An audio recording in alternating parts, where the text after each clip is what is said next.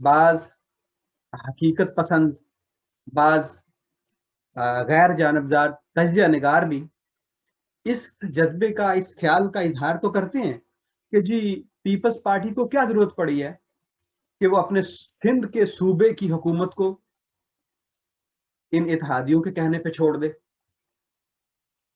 کیونکہ ان کے پاس تو کچھ بھی نہیں ہے، نہ فضل الرحمان صاحب کے پاس اور نہ ہی نون لیگ کے پاس۔ تو اگر وہ ان کے کہنے پہ استعفیٰ دے بھی دیں گے تو پھر دوبارہ وہ الیکشن اور اس طرح کے معاملات میں سیاسی گرم شروع ہو جائیں گے تاکہ ہمیں صوبے کی حکومت دوبارہ مل جائے۔ تو میرا خیال ہے پیپلز پارٹی ایسا کرے گی بھی نہیں۔ میں نے فضل الرحمان صاحب کے 2020 میں پچھلے سال کے اس لانگ مارچ کو چائے کی پیالی میں طوفان سے منسوب کیا تھا، حالانکہ بعض میرے سینئر دوستوں نے اس سے اختلاف بھی کیا تھا۔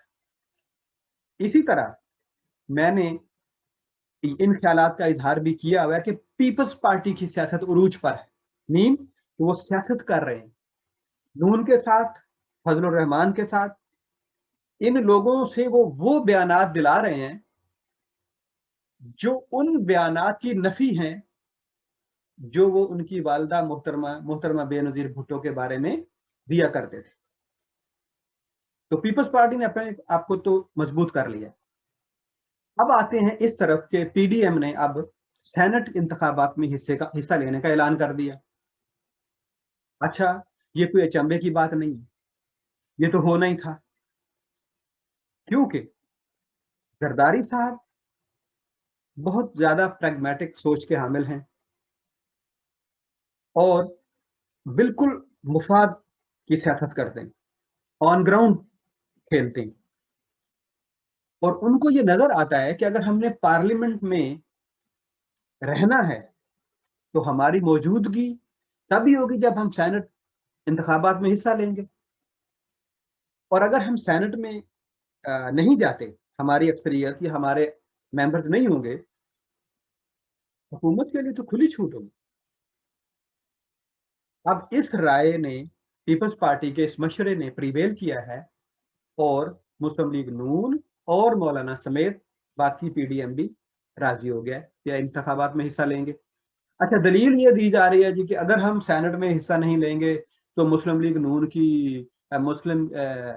سیٹیں خالی ہو جائیں گی اور ان کی بنیاد پر جو ہے وہ مسلم لیگ تحریک انصاف جو ہے وہ اکثریت حاصل کر لیں گی۔ لیں جی، یہ کون سی حیرانی اور سائنس کی بات ہے؟ یہ ایسی کون سی سائنس ہے جو 6 مہینے کی تحریک چلانے کے بعد آپ کو سمجھ آئی اور نعرے مارنے کے بعد؟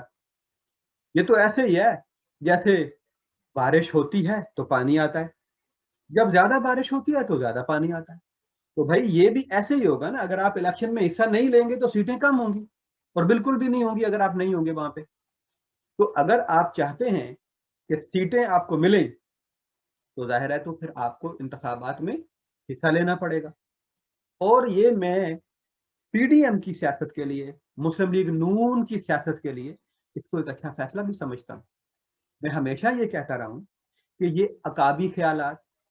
یہ انقلابی خیالات، یہ جذباتی تقریریں مسلم لیگ نون خاص طور پہ ان کا بوجھ نہیں اٹھا سکتی، اور میں ہمیشہ اس بات کا حامی رہا ہوں کہ شہباز شریف کی سوچ مسلم لیگ نون کو بچا سکتی ہے اور ان کو عملی سیاست میں دوبارہ رواں کر سکتی۔ میرے بعض دوست اور قارئین میرے کالمز میں یہ پڑھتے بھی رہے ہوں گے۔ تو میں یہ سمجھتا ہوں کہ آج کا جو فیصلہ ہے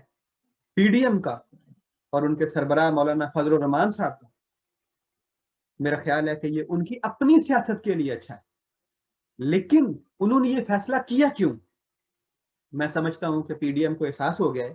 کہ عوام ان کے بیانیے کے ساتھ نہیں۔ اگر عوام ان کے بیانیے کا ساتھ دیتی تو پی ڈی ایم حکومت کو مشکلات میں ڈالتی۔ لاہور کے جلسے میں ناکامی کے بعد ہی ان کی آنکھیں کھل گئی تھیں، جس کے بعد انہوں نے حقیقی بنیادوں پہ سوچنا شروع کیا۔ تو میں یہ سمجھتا ہوں کہ ان کا یہ اچھا فیصلہ ہے، اور پی ڈی ایم کو عملی سیاست کا ہی فیصلہ کرنا چاہیے، یہ انقلابی اور عقابی خیالات سے جان چھڑا لینی چاہیے، کیونکہ جس طرح جتنا پی ڈی ایم ایکسپوز ہو چکا ہے، یہ تینوں جماعتیں بڑی جن کا نام ہے